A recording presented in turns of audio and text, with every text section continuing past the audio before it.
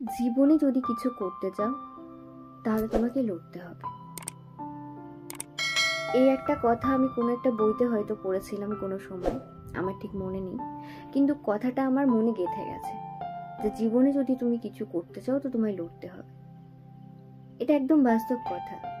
তুমি যদি এটা ভেবে বসে থাকো আমি ঘরে বসে থাকবো আর আমি সবকিছু এমনিতেই পেয়ে যাব, তাহলে সেটা কখনো সম্ভব নয়। তুমি যেটাই জীবনে চাও না কেন সেটার জন্য তোমায় লড়তে হবে, চেষ্টা করতে হবে। দেখো, জীবনে কোনো কিছুই না সহজে পাওয়া যায় না, আর যেটা সহজে পাওয়া যায় সেই জিনিসটা আসলে সত্যিকারের নয়, খাঁটি নয়। খাঁটি জিনিস পেতে গেলে না লড়তে হয়। দেখো, কথার কথা তোমার চাকরি করতে ইচ্ছে, যে আমি নিজের জীবনে চাকরি করব, চাকরি করে বাবা মাকে দেখবো, বা নিজের স্বপ্নগুলো পূরণ করবো, বা নিজের পায়ে দাঁড়াবো, সেটেল হব নিজের জীবনে। তুমি এটা ভাবছো বসে বসে, ঘরে বসে বসে, পড়াশোনা করছো না, বা সেটার জন্য যেগুলো প্রয়োজনীয় জিনিস সেগুলো করছো না, তাহলে কখনো হবে না। দেখবে কিছু কিছু ছেলে মেয়ে আছে যারা পড়াশোনা বাদ দিয়েও টিউশন পড়াচ্ছে, চাকরির পড়াশোনা করছে, চোখের তলা হয়তো কালি পড়ে গেছে, ঠিক মতো খাওয়া দাওয়া, ঘুম নেই, সারাদিন ছুটছে, ওই জিনিসটার পেছনে ছুটছে। তাদের হয়তো সেই জিনিসটা একটা সময় পর তারা পাবে, কিন্তু তুমি যদি তাদেরকে দেখছো অমন করছে তবু তুমি কোনো চেষ্টা না করে ঘরের মধ্যে যদি বসে থাকো, তাহলে কোনোদিনও তুমি সেই চাকরির জায়গাটা নিজের জন্য তৈরি করতে পারবে না, বা চাকরির যোগ্য হতে পারবে না। শুধু চাকরি বলে নয়, যে কোনো জিনিসের জন্য চেষ্টা করতে হয়, লড়তে হয়।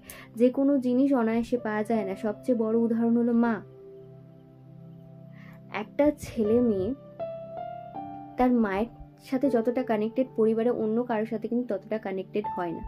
কেন হয় না? কারণ সেই ছেলে মেয়েটার জন্য মা যতটা করছে, মা যতটা লড়ছে, সেটা অন্য কেউ করতে পারে না।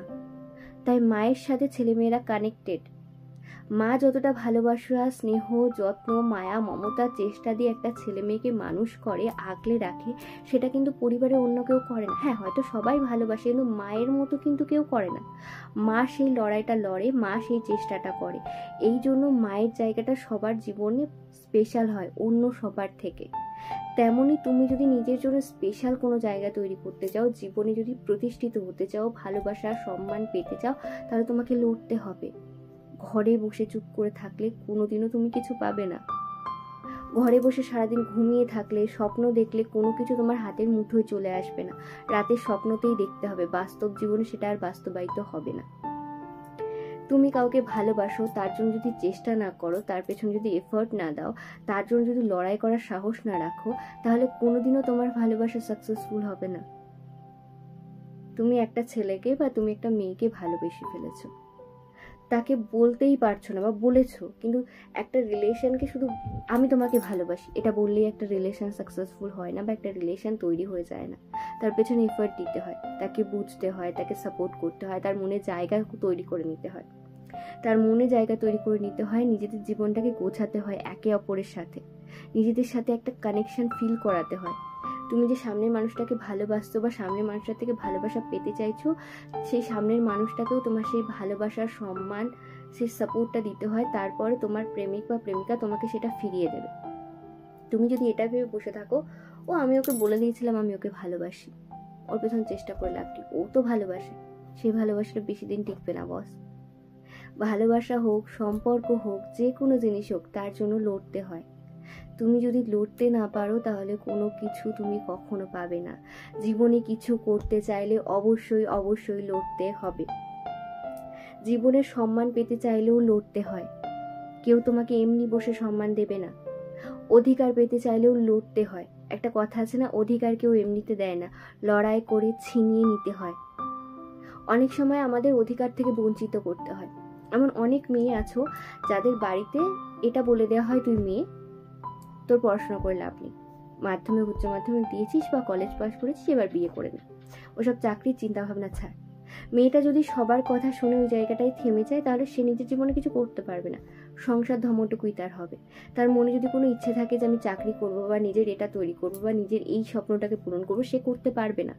কখন করতে পারবে? যদি সে নিজের জন্য লড়তে জানে, লড়াই করার সাহস যদি সে রাখে, সে যদি পরিবারের সবার সামনে রুখে দাঁড়িয়ে এটা বলতে পারে যে আমি আমার জন্য এটা করতে চাই, সেই সাহস, সেই শক্তিটুকু সে যদি দেখায়, তবেই সে সেই জিনিসটা করতে পারবে। না হলে পারবে না। সে যদি মুখ বুজে সব কিছুকে মেনে নেয় তাহলে সারা জীবন ধরে তাকে সব কিছু মুখ বুজেই মেনে নিতে হবে।